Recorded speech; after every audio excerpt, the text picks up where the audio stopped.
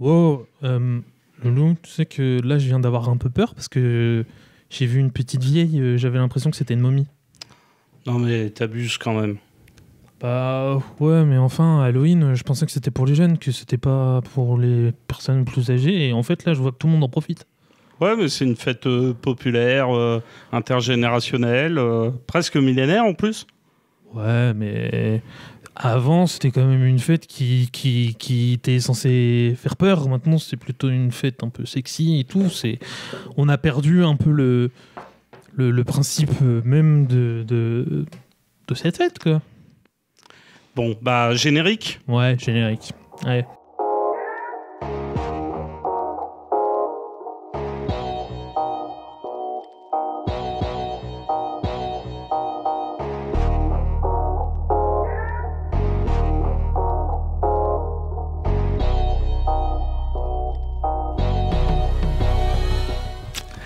Salut à tous les canapéens, salut Loulou.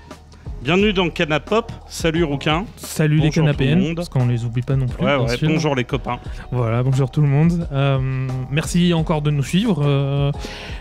Pour ceux qui nous découvrent pour la première fois, sachez que Canapop, c'est deux potes qui vont parler de pop culture en général, qui vont surtout se permettre de donner leur avis et de chercher des informations. Ouais, Et ça, en parlant d'une culture vivante, exactement.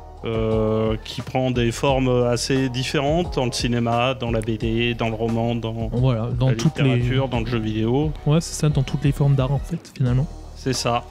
Et ce qui est cool, c'est que on n'a aucune prétention parce que nous, on est plutôt deux potes en fait, donc. Exactement, on le fait de façon très détendue. Voilà, exactement. Donc, n'hésitez vraiment pas à continuer de nous suivre pour ceux qui nous suivent. Donc, follow, like et commentez. N'hésitez vraiment pas, on répondra à vos commentaires. Et d'ailleurs, on est très curieux et on est même. On en a envie en fait de ces commentaires, donc n'hésitez pas. On le fait on fait cette émission pour partager avec vous nos ressentis, nos impressions, nos coups de cœur, nos coups de gueule. Exact. Désolé pour le gros mot. On avait dit pas de gros mots, attention. Ah, on l'avait dit, hein, pas de gros mots cette fois-ci. Mais non, parce que la dernière fois on s'est un peu lâché. Là, il faut. Heureusement, on était en off. Ouais. Mais tout ça pour dire que on veut partager avec le plus grand nombre. Exactement. Donc, ce qui nous fait vibrer. Donc n'hésitez pas vous-même à partager aux autres si vous avez aimé le podcast. On tient aussi à remercier très particulièrement l'association dans laquelle on est, donc qui s'appelle ZGen, qui nous a permis justement tout le côté mécanique, parce que nous, on est là juste en tant que... Il gère l'ensemble du côté technique. Ouais, exactement, c'est ça. Nous, on est là pour discuter et parler et vous échanger toutes les informations. Mais on a Ludo au doigt de fée, qu'on appellera ce soir... le maestro. Le maestro, parce que ça va être... l'ange de la musique. Exactement, l'ange de la musique, j'adore. C'est génial, c'est très poétique et ça ira très bien avec ce qu'on va faire aujourd'hui. Donc, parfait, j'adore. Donc, ce soir, ce sera notre petit ange de la musique et qui, du coup, nous permet de pouvoir gérer tout ce que vous voyez pas, tout le décor et tout ça, voilà, donc l'association. Merci à ZGen, merci à Ludovic, merci à vous. Et est-ce que tu veux faire un RIP? Est-ce que tu veux faire un anniversaire? Oui, il y avait des anniversaires que j'avais envie de souhaiter, mais il y avait aussi un RIP que je devais signaler. Je crois que la personne est décédée hier. C'est Paul Morisset, c'était un réalisateur de films d'horreur. Ok. Qui n'était plus très connu aujourd'hui, mais qui avait fait de la chair pour Frankenstein et du sang pour Dracula, qui étaient deux films d'horreur franco-italiens, il me semble, assez gore, assez sexy aussi. C'était les anciens films. Il y a une fameuse couverture de jaquette. Ouais, je l'ai vu tout à l'heure. Elle est assez, voilà. Elle est très implicite. Ouais, exactement. Explicite plus que implicite, parce que voilà. Pour ceux qui nous écoutent, vous pourrez aller regarder sur Internet. Exactement. Voilà, c'était un vieux monsieur, il est décédé. On salue sa mémoire. Et sinon, c'était quoi son nom? Paul Morisset. Paul Morisset. Ok, merci. Et sinon, pour les anniversaires, bon, il y a un anniversaire qui date un peu parce que ça fait plus d'un mois maintenant. Okay. Alice Cooper. D'accord. Chanteur de rock, metal. Ok, oh, cool. J'ai du mal à faire, moi, la distinction entre tout ça. Ok.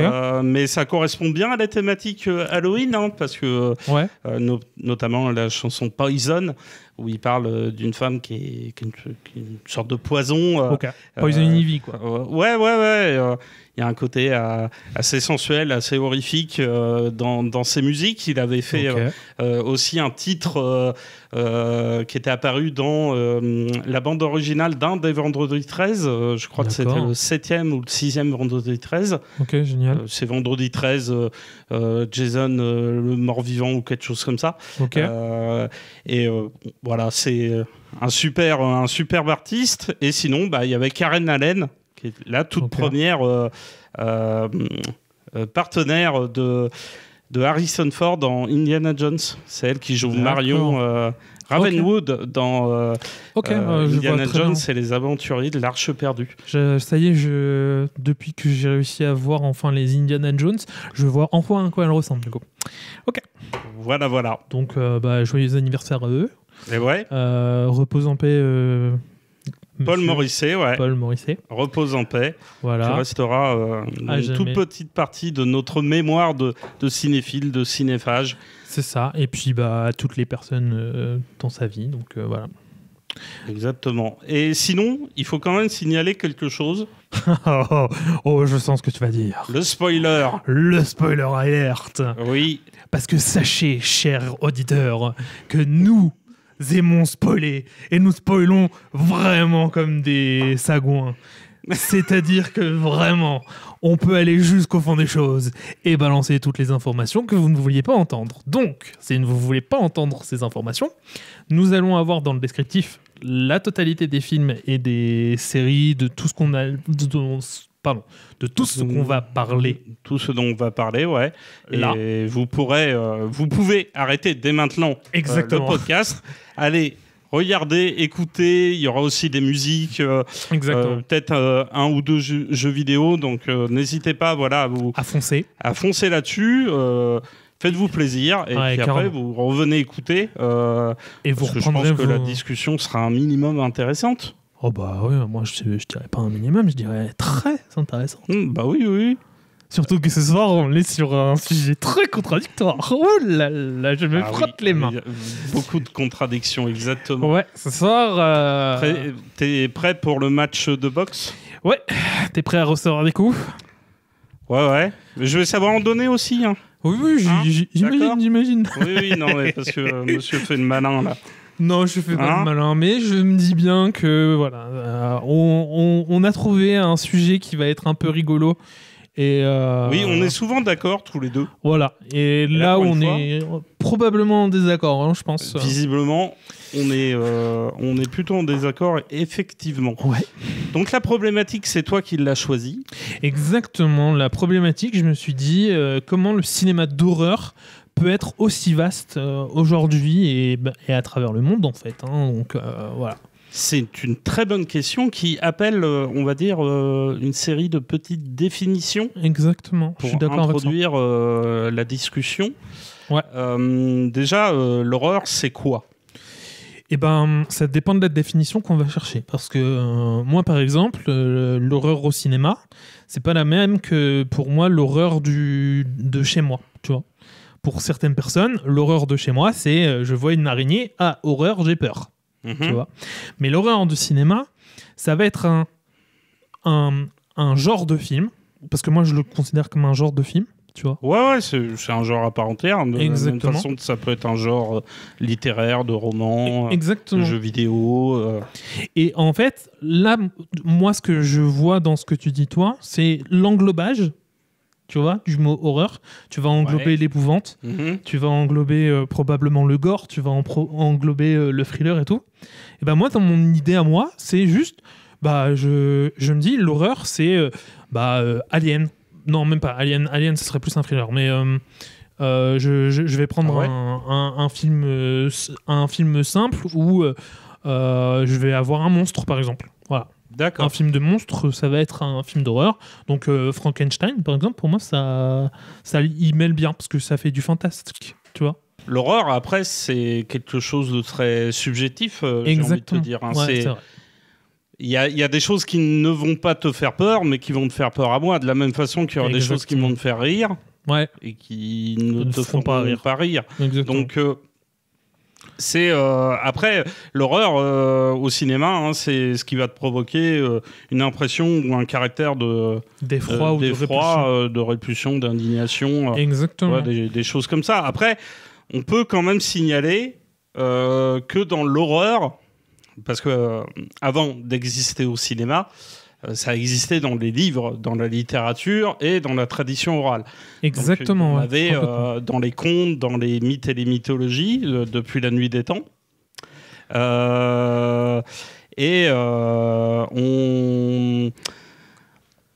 en retrouve des bribes dans le mythe du Minotaure, par exemple. Ouais, alors j'avoue que tu remontes très loin à ça, mais moi, par exemple, j'ai une autre idée, c'est pour Halloween.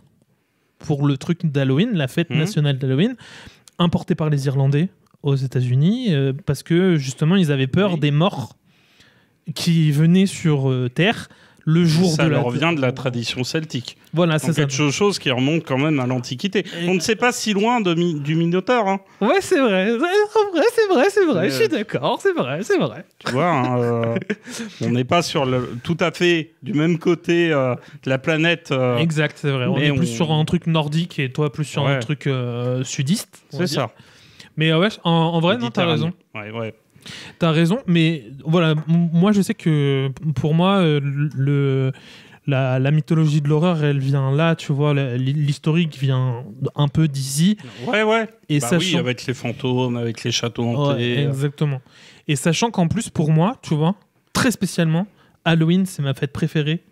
Parce que, justement, on parle de l'horreur et on va parler de tout ça.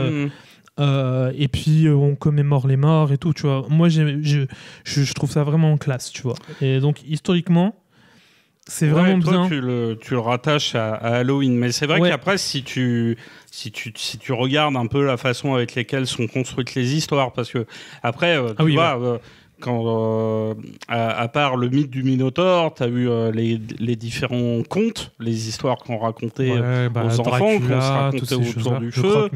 Alors, le petit chaperon rouge, le petit poucet, tu vois, des choses comme ça, qui sont arrivées jusqu'à nous, notamment à travers la plume de Perrault ou des frères Grimm. Mais après, à partir de la fin du 18e... Et ça a pris vraiment son ampleur au 19e siècle, c'est la littérature gothique, le roman gothique, avec justement Dracula, Frankenstein. Exactement, le Monster Universe, comme on aime l'appeler en ce moment, parce que tout doit être universalisé, là. Ouais, tout doit être connecté, mais... mais enfin, tout ça pour dire que souvent, l'horreur, c'est lié à une créature, à une figure d'antagoniste. Ouais, c'est ça, exactement. D'antagoniste qui n'en est pas vraiment un, parce que c'est aussi un peu le héros du film, hein, c'est un peu le personnage, central. Bah ouais, parce que souvent le monstre, c'est la définition même de... Il faut montrer quelque chose. On montre quelque chose du doigt. Et quelque chose de monstrueux, par exemple, le loup-garou, c'est le côté bestial, tu vois. Exactement, parce que c'est vrai que le monstre, l'étymologie du mot, je t'écoute. Ça vient d'un ensemble de termes qui nous viennent du latin, monstrum, monstrae, monere aussi, qui veut dire avertir. Et le monstre, c'est vraiment une créature qui, quand on la voit, doit provoquer une réaction, mais doit aussi amener avec elle un ensemble de petits sujets, de petites thématiques. Ouais, c'est ça.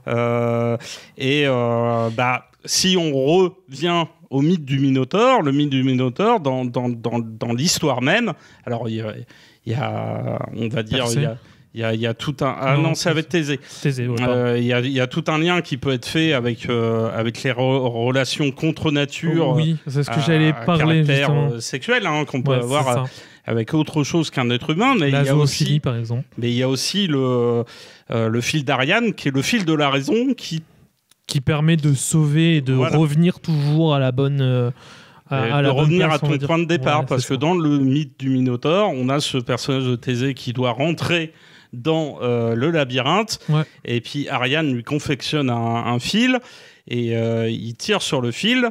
Il ne doit pas le lâcher, parce que le but, c'est justement de pouvoir revenir à son point de départ, de pouvoir ressortir du labyrinthe, qui est justement le labyrinthe. C'est aussi une grosse image qu'on va avoir dans pas mal de récits horrifiques. C'est la demeure du monstre. Exactement. L'antre, la tanière du dragon, le labyrinthe, quand tu regardes le labyrinthe de Pan. C'est ça, la forêt sombre et lugubre où vont se cacher des loups, des loups-garous. Des loups-garous, parce que les loups, ça ne fait pas peur. Oui, mais en fait, le loup, dans la mythologie et dans l'histoire depuis la nuit des temps, il a fait peur, mais parce que c'est pas vraiment du loup dont on parle, c'est de l'humain, en fait. Et à chaque fois, le monstre, il te fait ramener à l'humain. Exactement. Il n'est pas là pour forcément te parler de ce qu'il représente vraiment, de la même façon que le requin des dents de la mer. Alors oui, ça a amené plein de pêcheurs un peu débiles, un peu étroits d'esprit à chasser le requin comme... Et puis ça a apporté une vraie peur aux gens du requin, du coup. Mais en fait, quand tu regardes le film, le requin, c'est aussi une vision pour le héros, c'est une vision de la masculinité qui n'a pas, lui. Ouais, ok. Parce que lui, c'est un personnage qui est gentil, c'est un personnage qui a envie d'aider les autres, c'est un personnage qui est volontaire. Alors que l'autre, le requin, a vraiment le truc de moi, je prends ce qui m'appartient pas ou ce que je veux, en fait. Et le requin, c'est vraiment la némésis, c'est le personnage inversé qui a tous les traits de caractère, mais à l'opposé, si possible, dans le négatif. Je vois ce que tu veux dire. Et d'ailleurs, je vais rebondir parce que j'ai vu que Jojo Cool nous a dit super décor d'Halloween. D'ailleurs, merci parce que du coup, nous, aujourd'hui, on a fait notre petite entrée ici avec ce joli décor qu'on a fait. Donc, merci. Exactement. Après, malheureusement, pour ceux qui écoutent juste, ils verront pas. Hein, il y aura une photo sur Instagram. Donc, n'hésitez pas à aller voir Instagram, vous pourrez voir cette photo. Je suis pas sûr que les gens font bien le lien. Le chemin, quoi. Bref, voilà, là, on a parlé de ce que c'était l'horreur en termes de genre littéraire, cinématographique. On a parlé du monstre. On a parlé un peu de sa demeure, l'endroit où il habite. Maintenant, on va évoquer deux films. Deux très grands films du cinéma. Pour moi, c'est deux très grands films. Mais même pour moi, c'est des très grands films. Je les aime pas. C'est vrai, je les aime pas, mais ça reste des films méga cultes parce que c'est de l'histoire du cinéma, c'est de l'histoire parce que ça a été aussi des romans, il y en a un, c'était un roman et tout, c'est de l'histoire, donc ça a quelque chose de culte. Maintenant, c'est pas ma came, personnellement. Mais on va en discuter et on va commencer par Massacre à la tronçonneuse. Exactement. Qui est sorti en 1974. Film de Tobe Hooper. Exactement. Et tu nous fais le petit synopsis ? Oui, exactement. Bon, ça se passe durant l'été 1974. On commence le film, on va dire, par un montage un peu saccadé, un peu étrange, sur des cadavres qui ont l'air d'avoir été entassés, déterrés. Et au même moment... Traversant le Texas, on a une jeune femme et son groupe d'amis qui veulent se rendre jusqu'à la demeure familiale pour, on va dire, se recueillir. Isolé, Et malheureusement, ils vont croiser la route de celui qui déterre les cadavres et de sa monstrueuse famille. Exactement, parce que en vrai, t'as très bien résumé l'histoire, hein, c'est exactement ça. Le seul truc que je voulais rajouter moi, c'est juste que la traversée se fait en van, et ça c'est rigolo. Oui, effectivement, voilà. On est dans les années, tu vois, c'est les années hippies, quoi. C'est ça. Là, on est vraiment dans un truc où il faut se dire que tout est décomplexé. C'est quelque chose où les personnages principaux ne vivent pas dans l'univers que nous on connaît aujourd'hui. Ah, moi je suis pas du tout d'accord. Ah ouais. Ouais, ça y est, ça commence. Du coup, qu'est-ce qu'on en a pensé? Allons-y. Tu commences ou je... Moi, je te donne mon premier argument, c'est que j'ai l'impression qu'ils ont déjà un univers qui est complètement un peu décalé du mien, tu vois. D'accord, ok. Genre, c'est pas un univers que moi j'ai connu parce que j'ai grandi dans les années 90, tu vois, je suis né dans les années 90. Moi, j'ai pas connu cette époque-là. Et peu de films aujourd'hui que j'ai vus par toi, parce que tu m'as beaucoup enseigné, m'ont montré des trucs sur ces années 70 de cette manière-là. Tu vois ce que je veux dire ? Ok. Et donc... Je me retrouvais vachement déconcerté. Après, pour moi, ça ressemblait aussi à un film, enfin pas un film, mais à une bande dessinée, tu vois. J'avais l'impression que tout était en comique et en bande dessinée, ouais. D'accord. Ça m'évoque des choses, mais que je révélerai après. Ok, non, pour moi, je trouve que le film, même si effectivement il y a l'effet patte d'éléphant, pantalon super large, les coiffures des acteurs, presque le jeu un peu approximatif des différents interprètes. Mais moi, je trouve que tout de suite, tu as l'impression d'être dans quelque pris sur le vif.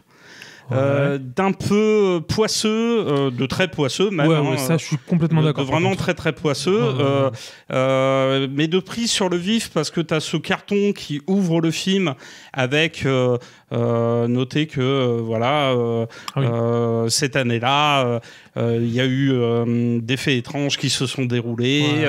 On a un assassin, on a un tueur, on a un malade mental. Et moi, ce que ça m'évoque, c'est vraiment l'idée d'un assassin qui vient, dont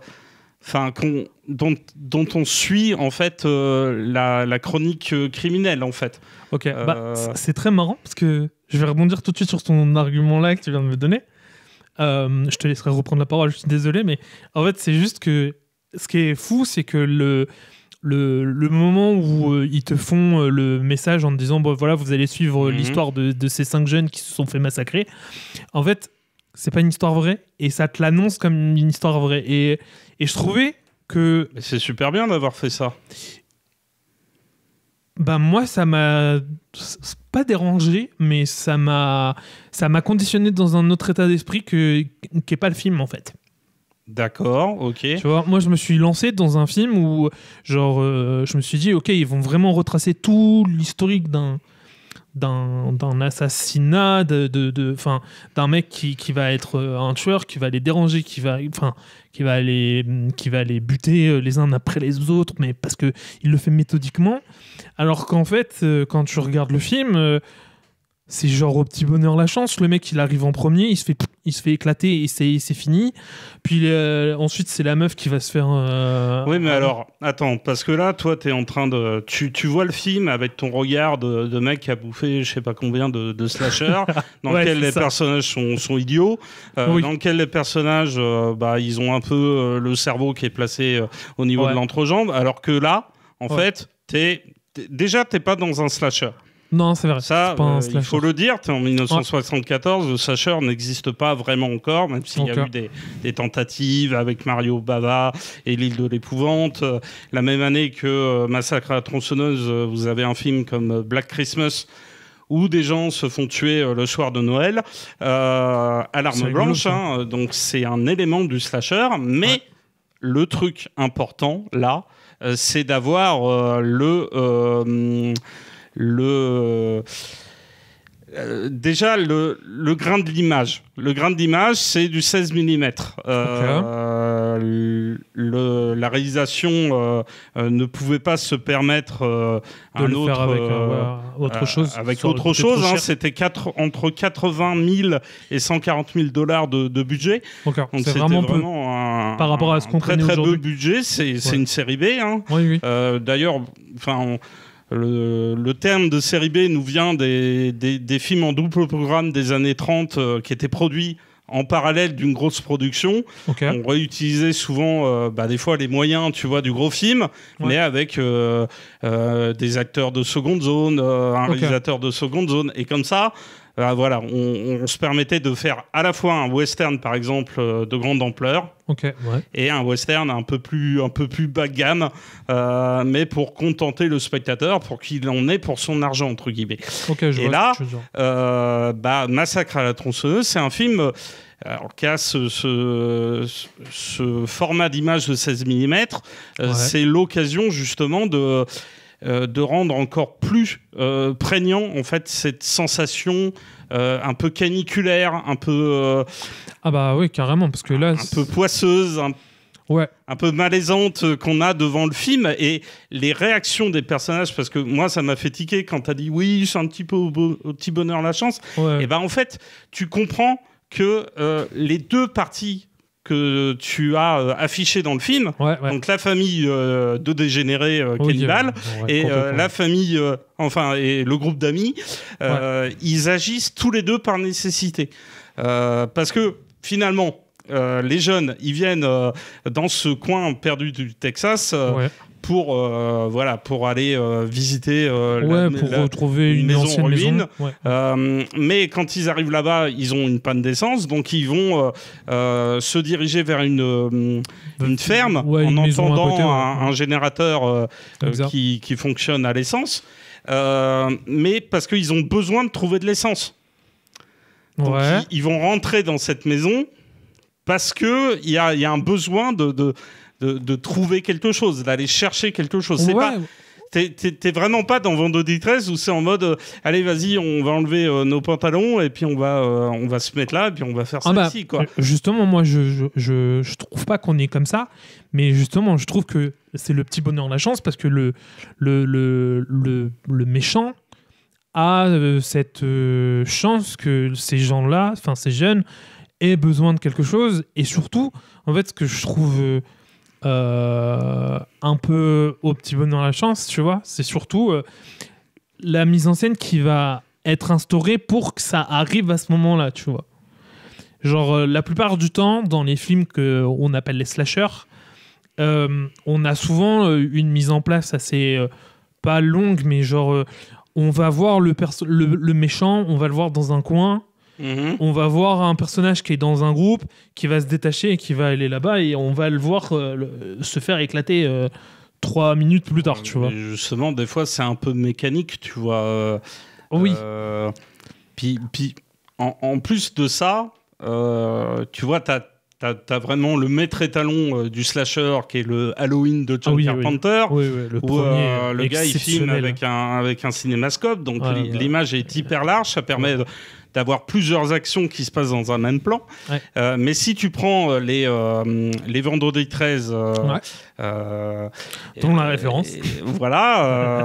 Et qui a quand même un lien avec l'univers, moi je trouve, de Massacre à la tronçonneuse, parce qu'on a affaire à deux tueurs qui aiment bien le travail manuel, on va le dire joliment comme ça, tu vois. Oui, je suis d'accord avec ça. Ils transforment de jolis outils de bricolage en armes de crime passionnel. Parce que en vrai, quand tu regardes Leatherface, donc le grand tueur de Massacre à la tronçonneuse, il prend vraiment son plaisir à découper, à tuer. Enfin, en tout cas, dans le premier, c'est comme ça qu'on l'identifie. Dans le 2, qu'on parlera plus tard, il a peut-être un peu de résilience à le faire certaines fois. Moi, je trouve que c'est un personnage assez complexe, en fait. Même si on ne l'entend jamais parler, il fait que grogner, il fait que des bruits. Ouais, et puis... à un moment, s'il vous plaît, voilà, quoi, tu vois, avec sa tronçonneuse, là... Bon, voilà, pour ceux qui n'ont pas vu, on vous avait prévenu, on spoil. Mais moi, tu vois, je trouve que la série des Bandeaux Détresse, c'est vraiment une série un peu... elle est là surtout pour le côté gore, pour le côté meurtre, pour le côté côté sexy, érotique du show, quoi. Ok. Et pas du tout cette sensation. Et tu vois souvent le tueur, tu le vois, mais c'est pas du tout comme le Michael Myers de Halloween, quoi. Ouais. Il apparaît, mais même pas, tu vois. Tu vois son bras qui c'est ça. Tu vois derrière une porte. Et ça y est, c'est fini. Tu vois une lance, tu vois un truc rapide. Alors que là, moi, ce que j'aime beaucoup dans Massacre à la tronçonneuse, le premier, c'est la lente mise en place. Bon, c'est un film qui dure pas très longtemps, c'est 1h30, voilà, c'est assez rapide à regarder. Mais au début, il y a une absence totale de musique pendant tout le film. Et on va avoir, en fait, que des bruits mécaniques, animaux, des bruits de cochons, le bruit du générateur qui signale la présence de la ferme. C'est marrant que tu en parles parce que j'avais jamais fait gaffe. Il y a la porte coulissante qui cache l'arrière-maison de... Elle est horrible, cette porte. Ouais, l'arrière-chambre de Leatherface, tu vois. Et en fait, tous ces bruits-là, moi, je trouve que ça sert de mise en place au spectateur pour se dire « Oula, je suis dans un monde quand même assez dérangé, quoi. » Ouais, et loin du mien, tu vois. Ouais, mais justement, tu vois, c'est l'enfer sur Terre, quoi. Ouais, ok, d'accord. Ok, je plus sois pour ça. Je vais accepter ton argument. Tu as dit quoi comme mot ? Je plus sois. Oui, j'ai dit que j'arrêtais de dire des gros mots, donc je vais dire un beau mot. Waouh. Non, j'accepte ton argument cette fois-ci. Mais il est vrai, tu vois, pour moi, très sincèrement, je trouve que il y a des scènes qui sont ultra dérangeantes et qui sont pas compréhensibles. À un moment, très sincèrement, vous avez le personnage principal féminin, donc Sally, je crois, dans le premier. Ouais, c'est ça. Ouais, Sally qui se retrouve enchaînée lors d'un repas. Donc ça va être elle qui va se faire déguster, hein, bien sûr. C'est un peu du Hannibal Lecter, mais en avance, parce que Hannibal va sortir beaucoup plus tard. Mais en fait, le moment précis où cette fille se fait asseoir et qu'elle se réveille, on entend une musique méga stridente qui est pour moi ultra dérangeante, tu vois, et en fait ça fait le charme du film, parce que je pense que les gens qui aiment avoir peur dans ces situations-là, c'est ça. Sauf que moi, c'est juste dérangeant et ça m'enlève de mon film. Et puis tu vas voir le regard de la fille qui va faire comme le chien dans comment ça s'appelle, dans Les Simpsons, où il doit montrer qu'il n'est pas du tout un danger, et il va regarder à droite, à gauche, à droite, à gauche, à droite, à gauche. D'accord.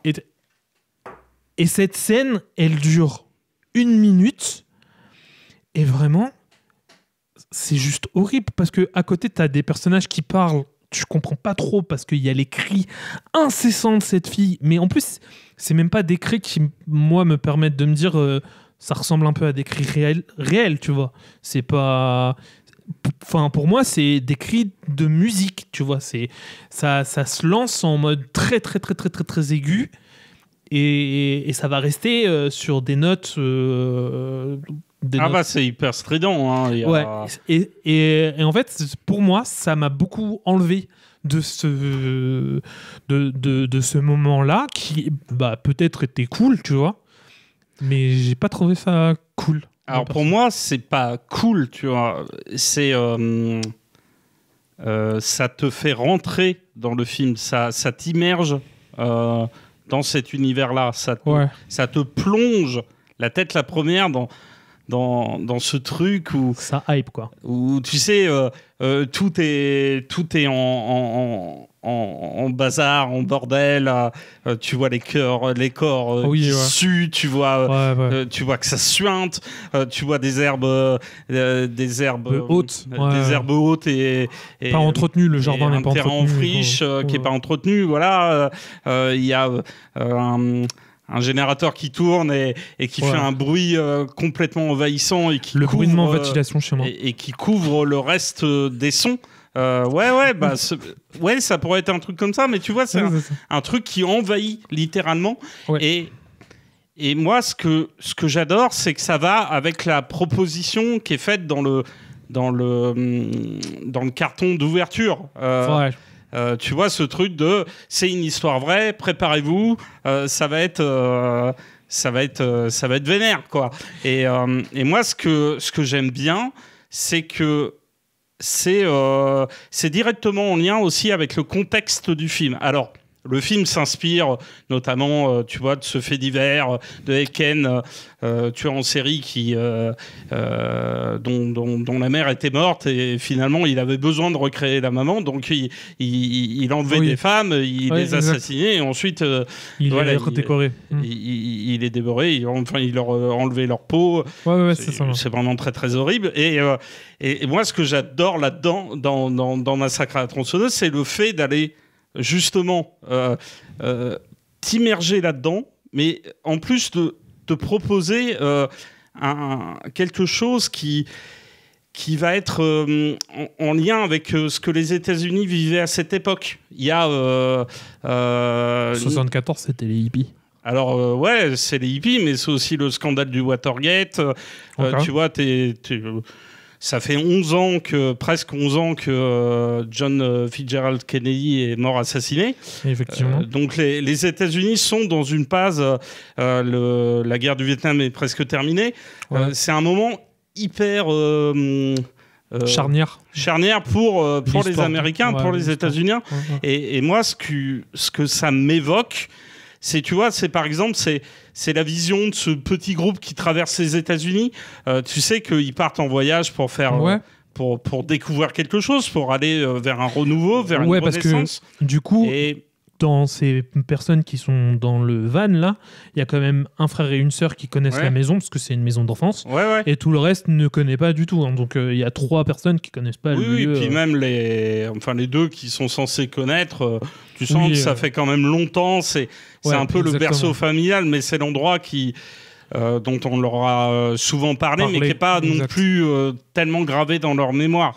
Et moi, là où ça m'intéresse, tu vois, c'est par rapport aux grands mythes américains, parce que finalement, c'est le Texas, c'est les grands espaces, mais c'est plus du tout les grands espaces comme ils étaient imaginés à la base dans les westerns, tu vois. Le lieu où tu pouvais aller te réinventer. Repartir à zéro. Là, ils arrivent dans quelque chose qui n'est plus du tout vierge. Ils arrivent sur une terre qui appartient à quelqu'un. Et c'est pour ça que je trouve ça intéressant, tu vois, le fait qu'ils aillent vers cette maison comme dans les grandes histoires de contes. Ils arrivent dans la maison de l'ogre. Et en fait, eux, ils viennent pour chercher quelque chose pour repartir. Et en fait, l'ogre, lui, il sort de sa tanière et il va les tuer un par un. Et là, en fait, se révèle le besoin pour l'ogre de le faire, en fait. C'est ce qui est intéressant, tu vois, c'est que on le comprend à la fin du film quand ils font ce fameux repas dont tu parlais tout à l'heure. Il y a le grand-père. Lui, le grand-père, il travaillait dans les abattoirs. Exact. Il a été viré des abattoirs. Et en fait, on a l'impression que cette famille de cannibales dégénérés, ils ont besoin de réinventer, en fait... Le meurtre de la nourriture. C'est plutôt de réinventer par le meurtre leur activité... qui était l'activité qu'ils avaient avant. Ils travaillaient dans des abattoirs. Je me suis mal exprimé, mais c'est ça. Et donc, tu vois, ils vont saisir cette occasion de pouvoir se remettre en activité. Exactement, c'est ça. Parce qu'on les voit à plusieurs reprises prendre le marteau et dire « Vas-y, papy donne ton coup de marteau parfait. Parce qu'en fait, à cette époque-là, enfin, à l'ancienne époque, c'était un coup de marteau qu'il fallait placer sur le crâne de la bête pour la tuer. Ouais. Et en fait, ça a été vite remplacé par le pistolet à air comprimé, où tu mets sur la tempe de l'animal, pof, et ça y est, c'est fini, tu vois. Et après, ça a été les machines, et c'est là où ils ont perdu tous leurs travaux. Mais ouais, on sent qu'ils ont cette envie de te dire, bon, bah, maintenant, il faut que tu reviennes, et regarde, là, t'as une nouvelle bête, c'est pas la même que d'habitude, mets ton coup de marteau, tu vas la tuer. Mais en fait, je trouve ça, comment je pourrais dire ça ? Parce que je cherche un peu mes mots là depuis tout à l'heure. Ouais, j'ai sorti plus. Ouais, j'étais content et là maintenant, j'ai tout perdu. Non, mais en fait, ce qui est important dans ce truc du film, c'est que moi, ça m'a dérangé pour beaucoup de séquences de voir des personnages qui sont, le flic par exemple. Il est dérangeant parce qu'il fait son travail, mais sans faire son travail, tu vois. Après, il y a aussi une scène qu'on n'a pas parlé, parce qu'on spoil pas tout. Si, on va spoiler, tant pis pour vous. La scène qu'on va spoiler, c'est un moment, ils vont prendre un homme sur le bord de la route. Oui. Alors ça, c'est la première rencontre exactement, avec les autochtones. Ouais, avec les autochtones. Comment c'est péjoratif. C'est pas bien. Hein. Si t'écoutais, tu verrais. Coup de tronçonneuse. Hein. Mais en vrai, oui, ça va être la première rencontre avec un des personnages importants de l'histoire, même si on ne le sait pas encore. Mais c'est un personnage qui est abîmé. On sent qu'il te parle d'ailleurs de cette de ce fameux abattoir. En te disant, bah voilà, là, les abattoirs, mon père, il travaillait. On pourrait presque avoir l'impression qu'il a pris un coup de soleil sur le carafon. Ouais, exactement. Et tu pourrais même penser à dire, bah, en fait, il a peut-être même pris, parce qu'il a une balafre dans mes souvenirs, il a une balafre sur le visage, et tu dis, et bah, potentiellement, il a pris un coup de pistolet ou une connerie, tu vois. Donc, il est un peu atteint, et puis il va avoir un couteau. Il va vouloir le prendre, il va se couper la main, il va goûter son sang. Enfin, il fait des trucs vraiment très chelous.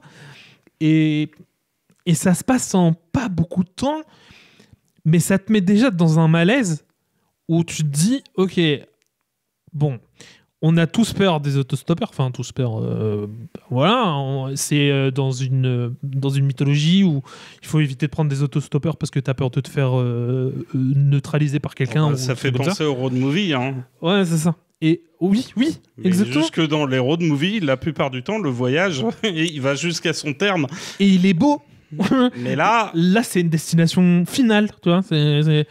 Et je fais pas de jeu de mots avec le film. Tu vois. Il s'arrête en cours de route parce que souvent dans le road movie, il y a l'escale que tu vas faire et elle va te faire grandir un tout petit peu. Le voyage en entier te fait grandir, mais les petites escales que tu fais, elles t'apportent des choses en plus. À chaque fois. Ce qui est intéressant, c'est finalement, on pourrait se dire que c'est la première escale comme c'est la toute dernière. Oui. Et finalement...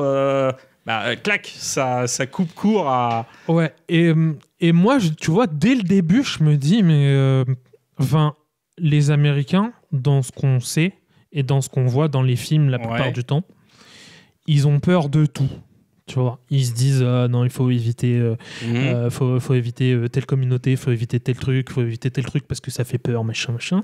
D'accord. Et là, on a quand même 5 jeunes qui ont une vingtaine d'années, hein. Ils sont pas plus vieux que ça, une vingtaine d'années. Il y a un handicapé à l'intérieur en fauteuil roulant et ils ont l'idée de prendre un autostoppeur dont ils ne savent rien et qui est quand même bien dézingué par le temps. Ouais, mais souviens-toi que le film se passe en 1974, donc il y a justement cette idée de la jeunesse un peu folle, insouciante, qui fait les choses sans forcément penser au mal. Ouais, tu vois, et c'est pour ça que moi je dis que moi ça m'a... C'était pas dans ma philosophie à moi, parce que moi c'est pas ce que je pense que j'ai pensé dans ma jeunesse, tu vois. Ouais, mais enfin... Et donc j'ai ce décalage-là. Justement, un film, il faut être capable de l'accepter pour pouvoir se dire, bon, voilà ce que l'histoire me propose, et l'histoire va me faire grandir. Mais tu vois, moi, le comportement de ces jeunes me fait penser au comportement, par exemple, des héros de Easy Rider, un film de Dennis Hopper où tu as deux motards qui traversent les États-Unis et puis ils vont rencontrer les gens du coin et ils vont faire une erreur, et en fait le film se termine justement sur une tragédie. Parce que ces personnages sont insouciants, parce qu'eux, ils ont l'impression qu'ils vivent encore le rêve américain comme le vivaient les pionniers du 19e siècle, alors que c'est plus du tout possible. Et tu vois, il y a Jean-Baptiste Thoré, un célèbre historien du cinéma français, un Français qui a fait beaucoup sur le cinéma américain, mais sur le cinéma italien aussi, qui parlait justement du fait que on pouvait voir là-dedans le fait que l'espace américain avait fini par se privatiser et qu'il n'était plus ouvert à tout le monde. Tu pouvais plus y faire ce que tu voulais. Et en fait, cette population de cannibales, de chômeurs, qui a besoin de recréer par le meurtre son activité professionnelle, ben en fait, c'est quelque part, c'est la population oubliée des États-Unis. Et il y a un certain nombre de films de l'époque qui vont parler de ça. Par exemple, tu as Deliverance de John Borman. Dans Deliverance de John Borman, il y a une célèbre séquence qui est au tout début du film. Les citadins arrivent dans un tout petit village de campagne où il y a des gens un peu bizarres qui vivent là. Ils parlent pas très très bien. Ils se comportent de façon un peu sale. Et ils vont... Ils descendent de voiture, et puis il y a un des citadins, il a une guitare, et puis il se met à jouer, parce que voilà, ça lui plaît bien de jouer, et il entend le son d'un Pancho qui va répondre en faute au son de sa guitare, aux notes de sa guitare, et il va commencer à jouer avec le joueur qui est un petit enfant qui est assis sur une sorte de petit banc sur une estrade, et il joue, et à la fin, la musique se termine, et le citadin va et tend sa main, et en fait là, le personnage tourne la tête comme pour dire non, je ne communique pas avec toi, on ne fait pas partie du même peuple, du même monde. Je te refuse cette possibilité. Et ce qui est intéressant, c'est que donc les films dont sont issus Délivrance, Massacre à la tronçonneuse, c'est les survival movies. Et dans le survival movie, il y a souvent cette incapacité à la discussion, à établir le contact avec cette population qui vit recluse. C'est totalement ça en plus. Et moi, j'adore ce truc-là, parce que en fait, ça te rappelle ce pourquoi est fait l'horreur, en fait. C'est te parler des êtres humains.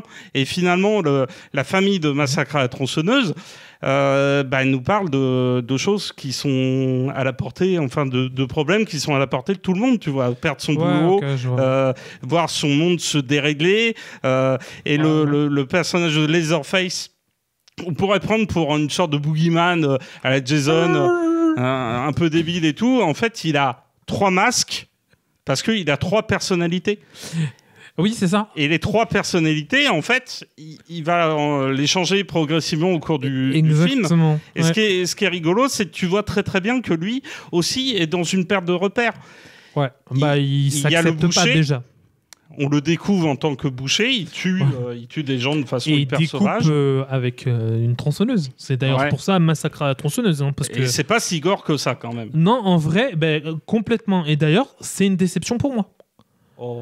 Oui, parce que en fait, je m'attendais... Parce que aujourd'hui, je trouve que les films d'horreur de maintenant sont trop édulcorés. Genre, on montre pas les scènes trop violentes parce que sinon on va choquer telle ou telle personne. Bon, bref, moi ça me saoule un peu ce genre de truc, et je me suis retrouvé dans des moments où je kiffais les films comme Vendredi 13, parce que quand ils ont envie de mettre un coup de machette dans la tête d'un handicapé, ils vont le faire et on le voit, et après ils vont balancer le fauteuil roulant, tu vois.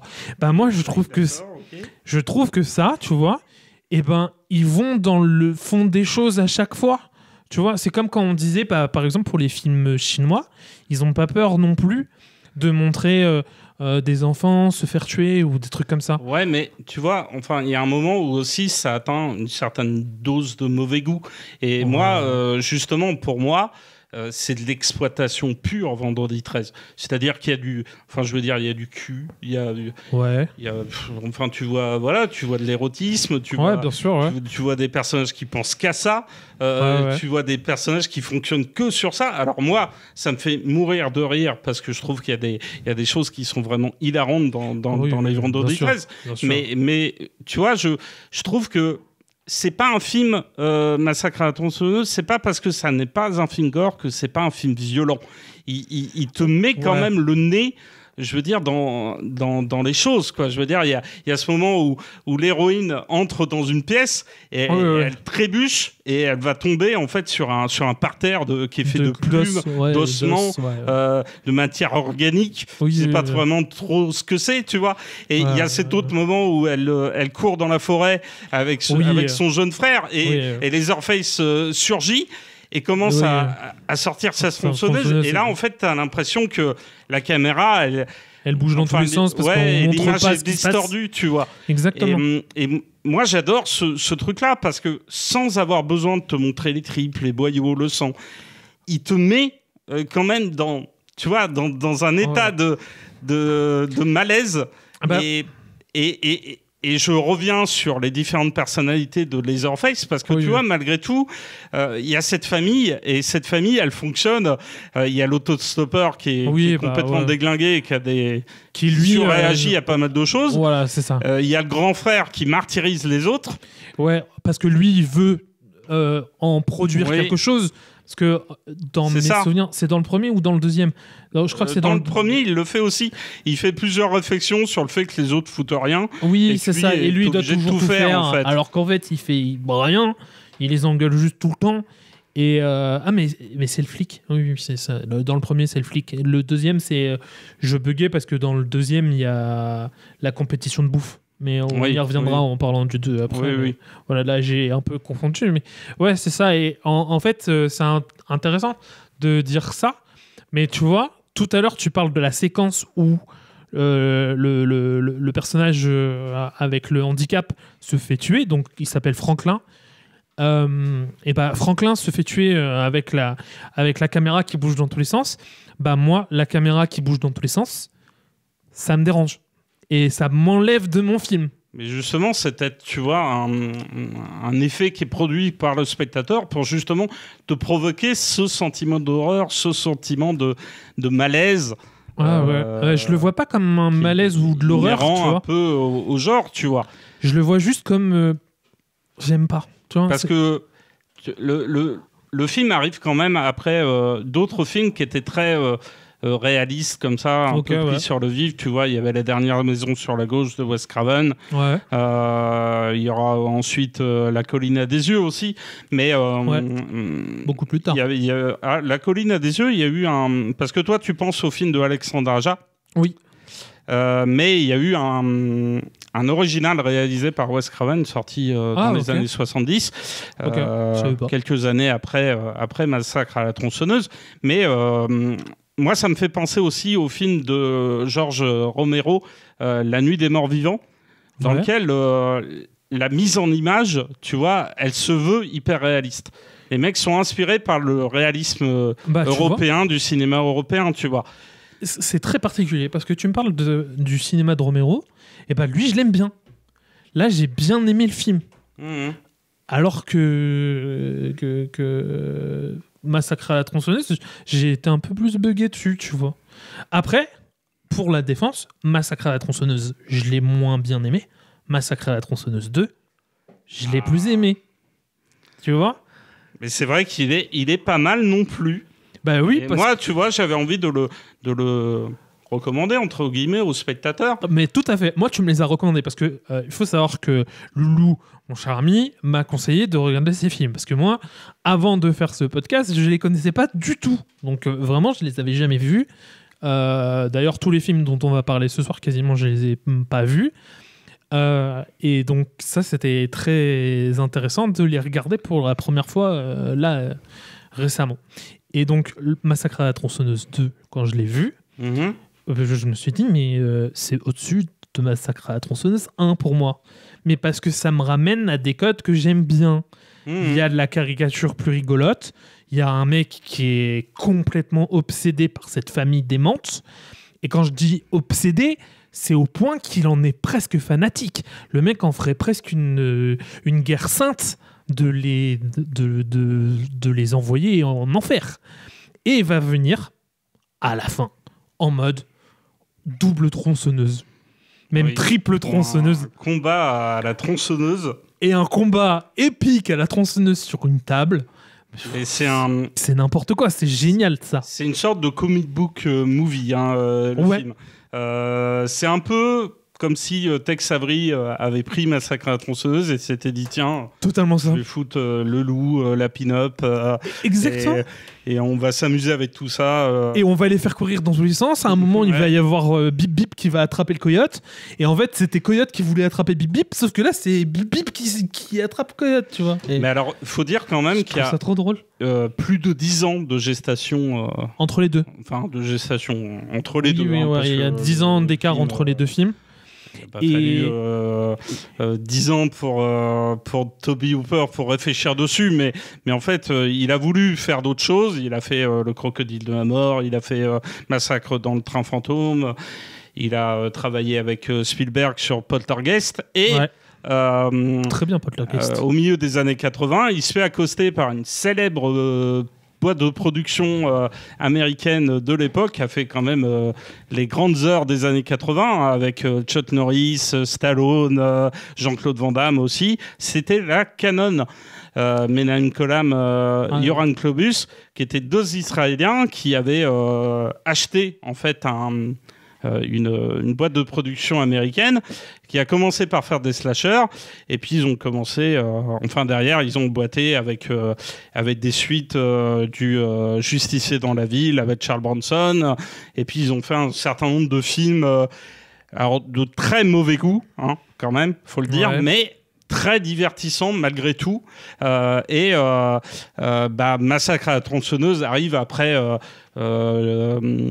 Invasion USA avec Chuck Norris, Le Justicier dans la ville 3 avec Charles Bronson, mais la même année aussi que Cobra avec Stallone. Ah, ça c'est du film qui me parle, hein. J'aime. Et tu vois, pour moi... J'ai vu des critiques dire que le film était beaucoup moins bien, beaucoup moins intéressant que le premier. Mais en fait, le film arrive après Evil Dead 2, arrive à la même époque Evil Dead 2, arrive à la même époque que Reanimator aussi, arrive à la même époque que les suites de Vendredi 13 qui vont toujours plus loin dans le gore, dans le grand guignolesque. Et là, en fait, t'as ce truc très... grand guignol quoi avec un ado qui se fait trancher la moitié du crâne et puis il y a trois petites machines de sang qui coulent et ça se voit comme le nez au milieu du visage que c'est du maquillage. C'est d'ailleurs Tom Savini, le maquilleur des Vendredi 13. C'est incroyable ça, qui vient et qui fait une série de maquillages sanguinolents du plus bel effet. Et ce qui est super cool, c'est qu'en fait, ça ne s'arrête jamais. Ça part dans tous les sens. Non, mais ça va vite. Il y a de la musique, un rock un peu... c'est entraînant. Rockabilly un peu dégénéré, tu vois. C'est entraînant, ça te pousse à accélérer le mouvement. Tu sens que Et bizarrement, j'ai pas l'impression que la caméra va plus vite. J'ai pas l'impression que la caméra elle a plus de mouvement. Tu vois, genre les flous de mouvement en mode la caméra bouge dans tous les sens parce que il faut que je fasse un effet un peu pour protéger un peu l'âme du spectateur, mais qui comprenne ce qui se passe. Ça on le retrouve plus. On voit vraiment des moments géniaux. Enfin, il y a un passage au début du film où Leatherface prend sa tronçonneuse et il découpe une voiture en roulant.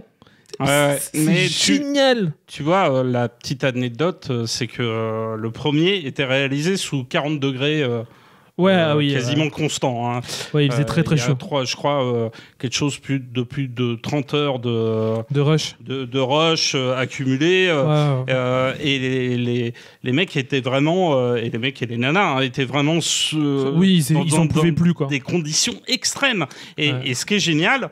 Ce qui est génial, moi, ça me fait rire, c'est pas forcément génial, désolé, c'est la petite anecdote. Derrière, ils ont été obligés de se mettre dans des conditions pour se faire redescendre en température, la tension physique, température mentale, en fumant de ces trucs.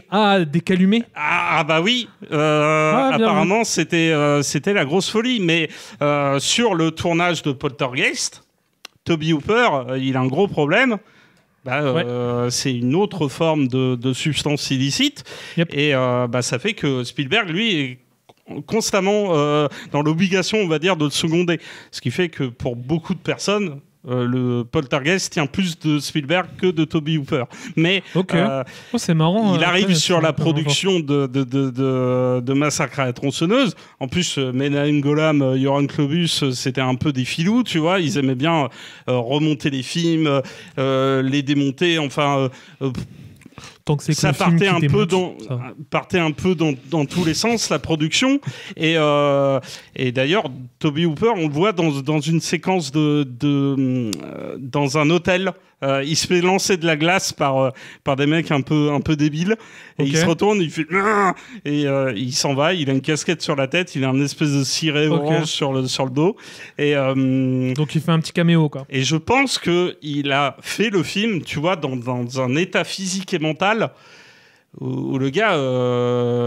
parce qu'il disait, pour moi, le Massacre à la tronçonneuse 1, c'est une comédie, tu vois. Pour trouver que Massacre à la tronçonneuse 1 c'est une comédie, pour moi c'est une comédie ratée, tu vois, parce que comme je disais, je m'en suis détaché en me disant c'est cartoonesque. Alors c'est pas autant cartoonesque que le 2 parce que moi j'avais pas vu le 2 ni le 1 au début, donc j'ai vraiment commencé par le 1 en me disant on va se mettre d'abord dans le premier, puis c'était bien de le faire comme ça. Bah oui, forcément, il fallait découvrir dans l'ordre de sortie. C'est la succession l'évolution du cinéma. C'est ça. Tu peux l'apprécier d'une meilleure façon. Et puis moi, tu vois, je pense que en fait, Tobe Hooper, c'est un peu aussi un réalisateur qui a fait un gros succès dans sa carrière, et puis après, il n'a pas réussi à ressaisir en fait l'occasion de refaire un autre gros succès. Et le fait de revenir sur Massacre à la tronçonneuse, surtout avec les producteurs qu'il avait, c'était un peu une occasion, un coup... de réessayer, de réitérer un gros succès. Et c'était un peu compliqué. Et quand tu vois Invasion USA, quand tu vois Cobra, quand tu vois ces films-là, c'est des films qui sont délirants, quoi. Enfin, je veux dire, les mecs se reprochent rien. Et qui sont pas dans le même univers. C'est ça qui est fou aussi. Et ils partent dans tous les sens. Et là, en fait, t'as tout à fait le même état d'esprit. Enfin, je veux dire, il y a un moment, il y a un gars qui se fait racler les fesses par la tronçonneuse, quoi. Ah oui, c'est génial ce passage. C'est complètement délirant. Je l'avais oublié, mais oui, et pas que les fesses, du coup, hein, il faut le savoir. Hein. Non, mais c'est bon, on n'a pas besoin de rentrer dans les détails. Mais c'est ça qui est bon. Mais tu vois, dans ces détails. Mais non. C'est grave-le jusqu'au bout. Je croyais qu'on était sur Twitch. On est sur Twitch. Bon, voilà. Donc, bref.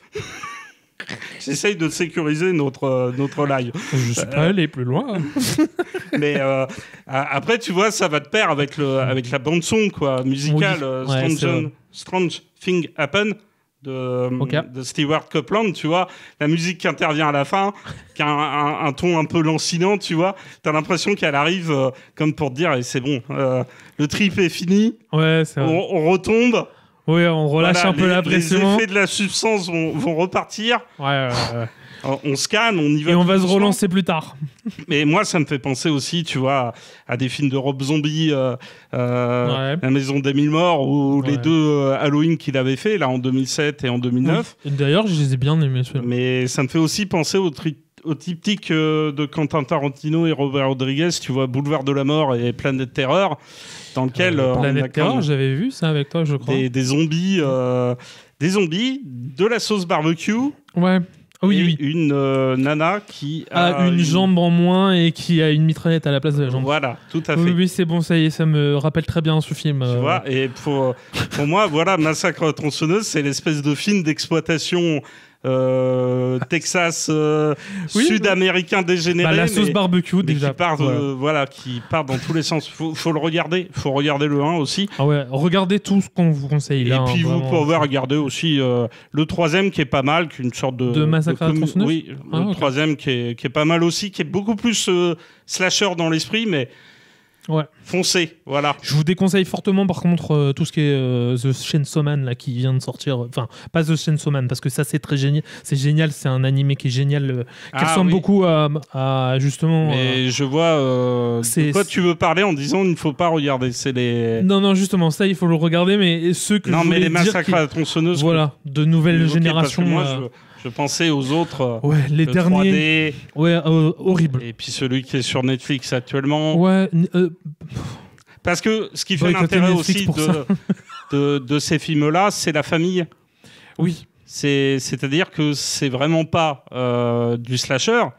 C'est dans le sens où le tueur n'est pas seul. Il n'est pas individuel. Il n'est pas solitaire. C'est ça. Il y a la famille autour de lui et la famille va avec lui en fait. C'est pas un sociopathe solo. Voilà. Non, là, c'est plusieurs sociopathes qui se sont réunis et qui ont décidé de faire tout ça. Mais ouais. Tu veux qu'on passe à la suite, peut-être ? Oh, bah oui, je pense. Ah ouais, je pense aussi, parce que là, on a parlé beaucoup, mais on n'a pas vu le temps. Du coup, on va parler de Phantom of Paradise. Ouais, de Brian De Palma, sorti aussi en 1974. On les a choisis tous les deux parce que c'était les 50 ans cette année. Exactement. On a envie de leur souhaiter un joyeux anniversaire quand même. Exactement, c'est vrai. Merci à vous d'avoir créé ces films. Merci de les avoir fait. Moi, personnellement, Phantom of Paradise, le synopsis est assez simple. Tu veux le faire ou je le fais ? Ouais, je peux le faire. Vas-y, je te laisse faire. On a Swan, un producteur de musique, qui souhaite ouvrir une nouvelle salle en montant un opéra rock. Ouais. Et il va récupérer la musique, s'approprier la musique de Winslow Leach, un compositeur qui va être présumé mort et défiguré. Et ce dernier va revenir hanter le Paradise. Qui est la salle de concert, du coup. Voilà, on parle de tout ça, qui est une salle de concert, effectivement, et on parle de tout ça. Il y a une jeune chanteuse, Phoenix, qui va venir devenir la muse, en fait, de Swan et de Winslow, du fantôme. Et tout ça va créer une situation très, très compliquée. Voilà. Ouais. Je suis d'accord avec toi. Moi, je mettais la petite histoire d'amour. Oui, je suis désolé, je m'énerve parce que je parle pas dans mon micro, mais. Mais l'idée du film d'amour représente vachement. J'espère que vous m'avez entendu tout à l'heure, parce que c'était pas le but en fait. De ne pas ne pas t'entendre. Bon allez. Je pense qu'il nous aurait dit quand même que sur le chat. C'est vrai.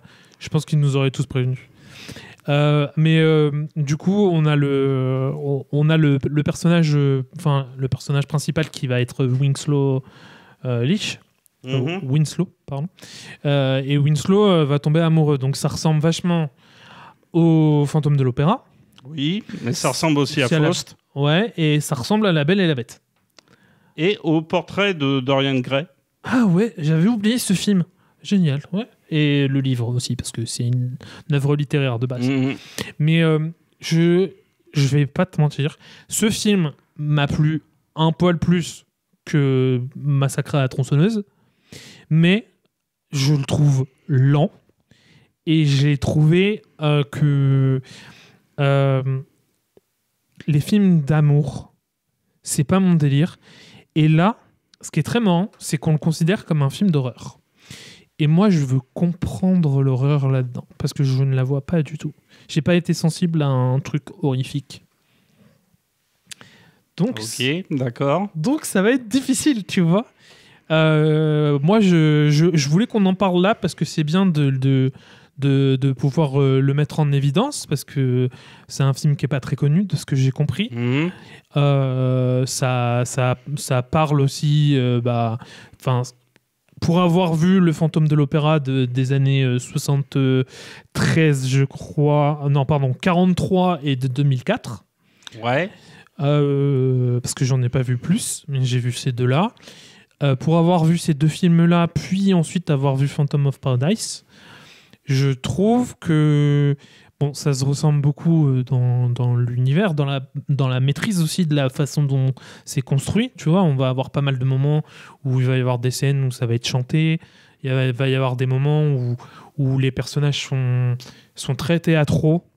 Et notamment dans Phantom of Paradise, le moment où Winslow se métamorphose avec son masque et tout ça, on va le voir à certains endroits qui font penser un peu à je sais plus comment ça s'appelle, mais tu sais, il y a des endroits vraiment très, très bien perchés dans l'opéra, tu vois. Je crois que il y a des loges. Des loges, voilà. Je cherchais. Et donc, en fait, il va être perché à certains endroits, il va se faire voir que par une certaine caméra. Et en fait, ce qui est rigolo dans ce film-là, contrairement au Fantôme de l'Opéra, c'est qu'il y a plus de fantastique. Parce qu'il y a le personnage de Swan qui s'est fait un contrat pour ne jamais vieillir. Donc, il a fait un contrat avec le diable, hein. Donc il y a Faust qui intervient à ce moment-là.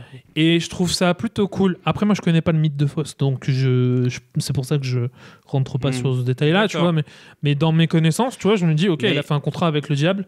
Excuse-moi de te couper. Tout à l'heure, tu disais que tu comprenais pas où est-ce qu'était l'horreur là-dedans. Mais enfin, je veux dire, tu vois, dans les films d'horreur, un truc assez important, c'est la malédiction qui s'abat sur des personnages. Les personnages passent un contrat avec le diable ou avec une entité X ou Y ou sont maudits parce que leurs parents ont fait des choses pas bien ou ont eux-mêmes passé un contrat avec le diable. Et en fait, moi, l'horreur vient déjà de ce truc-là parce que ça dissimule le destin donc à la fois tragique des persos qui peuvent pas s'échapper de leur destinée, mais là où on fait intervenir par exemple le portrait de Dorian Gray, c'est dans le sens où on a un personnage qui dissimule sa véritable nature. Exactement. La chose le corps que tout le monde voit, l'allure que tout le monde voit, le visage que tout le monde voit, n'est pas la véritable nature. La véritable nature, elle est cachée et elle est malfaisante, elle est démoniaque. Bien sûr. Là, déjà, moi, je trouve qu'il y a un élément horrifique dans le sens où on a ce personnage qu'on sent tout à fait... tu vois, on nous le montre via une caméra subjective. On voit que ses mains au début. Voilà, il est dans son studio, et puis il y a des personnages qui lui parlent, lui disent tu trouves que lui est bien, qu'elle chante bien, et lui il fait non, ça m'intéresse pas. Exact. Je veux quelque chose de plus grandiose pour mon nouvel opéra. C'est ça, et c'est un personnage un peu omniscient, qui est dissimulé dans l'ombre, et ça prend quand même quelques minutes avant qu'on nous le montre vraiment, parce que y a justement cette idée que ce personnage se cache, se dissimule un peu aux yeux du monde. C'est rigolo parce que ça peut faire penser à des vrais personnages qui ont existé, parce que dans le mythe de Faust, il y a une part de réalité. Faust, ça nous parle de tous ces alchimistes du Moyen-Âge qui avaient l'habitude de manier des substances un peu dangereuses, un peu dangereuses, de vouloir activer des choses qui n'étaient normalement pas activables. Ils voulaient créer de l'or, tu vois, il y avait ça, tu sais, le personnage de Nicolas Flamel, là, celui qui aurait dû être immortel. Ouais, immortel, c'est ça. Il voulait faire la pierre philosophale. Les personnages un peu qui sont à la limite de la sorcière, du sorcier. Et moi, je trouve qu'on retrouve de ça dans le personnage de Swan, qui est un personnage très malsain, en fait. Ouais, alors moi, je le perçois bien malsain, tu vois. Ouais. mais je ne vois pas le côté horreur comme je l'entends moi, tu vois, comme je te disais tout à l'heure. C'est pour ça que c'était cool de donner les définitions, tu vois, tout à l'heure, de dire, ok, moi je vois plusieurs styles d'horreur dans le cinéma, tu vois. D'accord. L'horreur avec les monstres et tout ça, et en fait, celui-ci, j'arrive pas à le classer. J'arrive pas à me dire, ok, là j'ai une horreur qui... parce que toi, tu parles de la malédiction, mais tu vois, pour moi, c'est pas un drame, c'est pas de l'horreur pour moi. Tout comme le conte de Dorian Gray, je le trouve pas horrifique. Tu vois. Moi, je trouve ça profondément, horrifique dans le sens où c'est quand même un personnage qui perd sa capacité à son humanité, et puis sa capacité à être un personnage droit, digne, qui contrôle les choses, qui maîtrise les choses, et finalement, le personnage de Dorian Gray, tu comprends que... Et ça, c'est un truc qui est très rattaché au roman gothique, à l'horreur gothique. C'est ces personnages qui ont l'air d'être bien sous tout rapport. Tu vois, tu as le personnage dans les histoires de loup-garou, c'est Talbot, je crois, le nom de l'aristocrate. Qui chasse toujours le loup-garou. Ouais, qui est super bien, tu vois. Je veux dire, c'est un personnage qui est noble, qui est censé être bien sous tout rapport. C'est Watson pour Sherlock Holmes. Et finalement, non, moi je dirais pas que c'est ça. C'est juste que c'est un personnage qui est censé inspirer la noblesse. Et qui va faire une mauvaise rencontre, et puis il va perdre progressivement son humanité. Mais tu as le même truc dans le personnage de Dr. Jekyll et Mr. Hyde, tu vois. Dr. Jekyll, c'est le personnage qui, à la base, veut faire les choses bien. Parce qu'il veut quelque chose qui lui échappe totalement. Des gens et tout, et au final, c'est... Et ça nous montre aussi que le film, tu vois... le film précédent de Massacre à la tronçonneuse était vraiment rattaché, je trouve, à l'époque qu'il l'a vu naître. Là où Phantom of Paradise, tu peux le connecter à l'horreur gothique. Tu peux le connecter à Faust, tu peux le connecter à Dorian Gray, mais à travers le personnage de Moonstory, tu peux aussi le connecter au personnage du fantôme de l'opéra. Et le fantôme de l'opéra, il y a aussi un peu de ça, tu vois. C'est-à-dire que derrière les fastes de l'opéra, derrière les fastes du bel opéra Garnier à Paris, se cache un personnage... un personnage tourmenté, un personnage tragique, abîmé, qui a complètement perdu en fait ce qui faisait de lui un être humain. Il l'a pas complètement perdu au début de l'histoire, mais c'est ça. Il le perd progressivement à cause de tous les actes qu'on lui fait et qu'on lui fait subir. C'est ça. Et moi, je trouve que là, encore une fois, on a une preuve de l'horreur, tu vois. C'est-à-dire que voilà un personnage qui va se faire comprimer par le système qu'il est censé servir.